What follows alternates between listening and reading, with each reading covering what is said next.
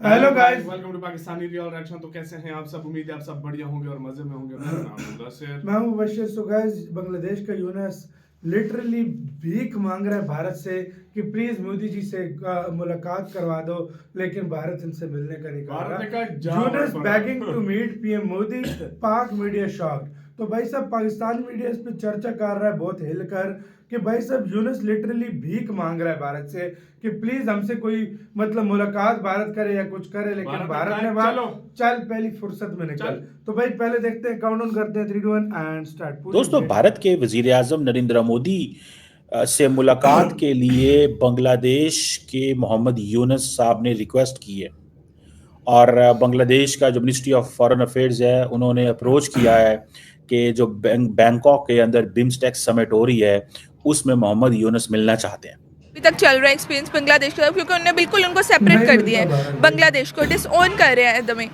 तो I think India जो है ऑलरेडी अपना वो फायदा ले रहा है। In what may be a huge snap to Mohammad Yunus, the interim leader of Bangladesh, Prime Minister Modi is unlikely to accept his request for a meeting at the sidelines of the BIMSTEC summit in early April in Thailand. तरीके से बांग्लादेश को बर्बाद किया थोड़े दिन के अंदर, जिस तरीके से पाकिस्तानी कटोरा लेके बोल रहे हैं और एक बोरी के ऊपर 6 एक बोरी आटे के एंजॉय करें, लोग मारे तकलीफ को एंजॉय करें भाई, ना हो जाए तो गारंटी मौजूदा इस वक्त इंटरिम गवर्नमेंट है, वहां पे तौहीद हुसैन जो कि फॉरेन अफेयर्स के एडवाइजर हैं, उन्होंने कहा जी कि हमने डिप्लोमेटिक राब्ता किया है इंडिया को कि हम बिम्स्टेक समिट की साइडलाइन पे राब्ता करना चाहते हैं, नरेंद्र मोदी से मिलना चाहते हैं।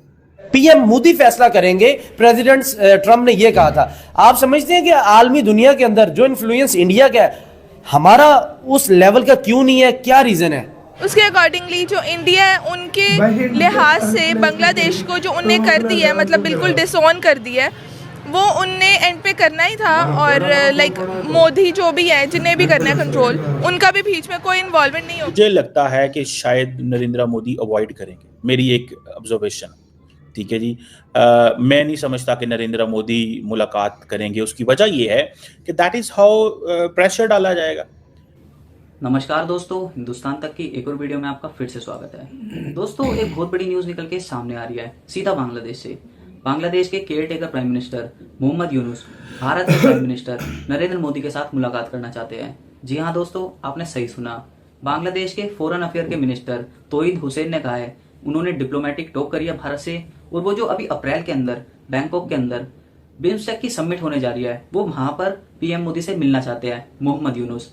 दोस्तों, ये बदला बदला अंदाज कुछ समझ नहीं आ रहा बांग्लादेश का। अभी कुछ टाइम पहले हम देख रहे थे कि किस तरीके से बांग्लादेश के अंदर माइनॉरिटीज को परेशान किया जा रहा था, उन पर अटैक किए जा रहे थे। अब वहीं दूसरी तरफ बांग्लादेश के prime minister, caretaker prime minister Mohammad Yunus, जिनको किसी ने बिठा दिया बांग्लादेश की कुर्सी पर, वो पीएम मोदी से मुलाकात करना चाहते हैं। दोस्तों, ये चीज भी बताता है कि बांग्लादेश जो है अब वो भारत के बिना रह नहीं पा रहा। इसका मतलब ये है कि भारत एक अच्छा खासा बड़ा मुल्क है, इकोनॉमी वाइज भी और हर लिहाज में भारत एक बड़ी मार्केट है। तो बांग्लादेश को अब नीड पड़ रही है भारत की, इस वजह से वो अपने सर्वाइवल के लिए भारत से और मोदी जी से मिलने की भीख मांग रहा है। दोस्तों, भारत के वजीर आजम नरेंद्र मोदी से मुलाकात के लिए बांग्लादेश के मोहम्मद यूनुस साहब ने रिक्वेस्ट की है और बांग्लादेश का जो मिनिस्ट्री ऑफ फॉरेन अफेयर्स है उन्होंने अप्रोच किया है कि जो बैंकॉक के अंदर बिम्स्टेक समिट हो रही है उसमें मोहम्मद यूनुस मिलना चाहते हैं। सवाल ये पैदा होता है कि क्या इंडिया अलाउ करेगा?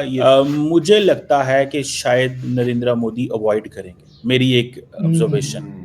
ठीक है जी, मैं नहीं समझता कि नरेंद्र मोदी मुलाकात करेंगे। उसकी वजह यह है कि दैट इज हाउ प्रेशर डाला जाएगा। अब ये बताएं ना, शेख हसीना वाजिद को क्या पैगाम जाएगा कि शेख हसीना वाजिद की क्या रेलिवेंस है भाई? उन्होंने कहना है, शेख हसीना वाजिद ने कहना है कि जिस बंदे ने मुझे निकाला या जिस बंदे को निकाल के जिस बंदे को बिठाया गया है मेरी जगह पे, आप उससे मुलाकातें कर रहे हैं और मैं यहाँ पे एग्जाइल में बैठी हुई हूँ और मैं तो भारत की एसेट थी। समझ रहे हैं बात को? जो इंडिया का मेन एसेट है वो दिल्ली में बैठा हुआ है और नरेंद्र मोदी ढाका के मौजूदा जो इंटरिम सेटअप के बंदे हैं उससे मुलाकात कर रहे हैं। इसको आप कैसे देखते हैं? समझ रहे हैं आपको बात को? लेकिन जारी बात है शेख हसीना वाजिद के लिए this is an important thing, लेकिन नरेंद्र मोदी के लिए भी एक इम्पॉर्टेंट चीज है। इस तरह कंप्लीटली इग्नोर कर देना भी शायद बेहतर नहीं होगा। हाँ, हो सकता है खड़े खड़े मुलाकात कर लें, कई दफा होता है खाने पे, डिनर लंच पे साइड पे खड़े हैं तो मुलाकात हो गई। अदरवाइज ये कहना कि वो ऐसी मुलाकात होगी मुझे नहीं लगता।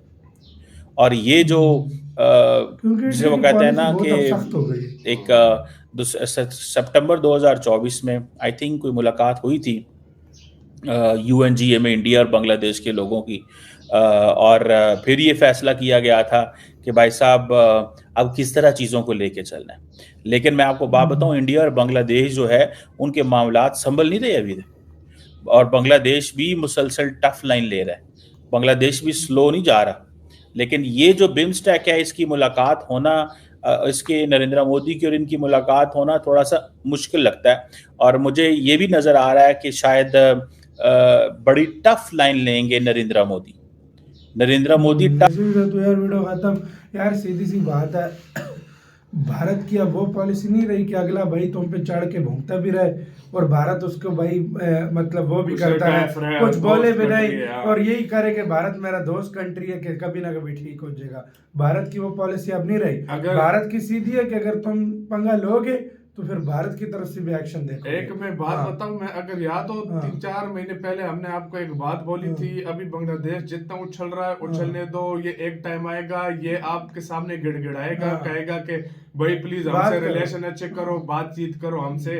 वहां पर पोजीशन वही सीन हो रहा है जो भाई ने पोजीशन उस जगह पे आ चुकी है। 3-4 महीने 3 महीने पहले, शायद 3 महीने पहले हमने ये बात की थी, वही बात हो रही है, सेम वही बात हो रही है। और वो आप गिड़गिड़ा रहे किसी तरीके से हम अपना रिलेशन जियोपॉलिटिक्स हमें समझ आ गई है।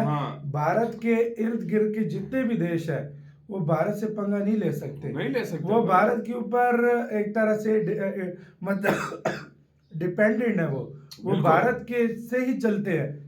भारत से वो कहते हैं ना, बच्चे जितने भी बड़े हो जाए अपने बाप से पंगा नहीं ले सकते क्योंकि बाप ने उनको पाला होता है। ये वही सीन है।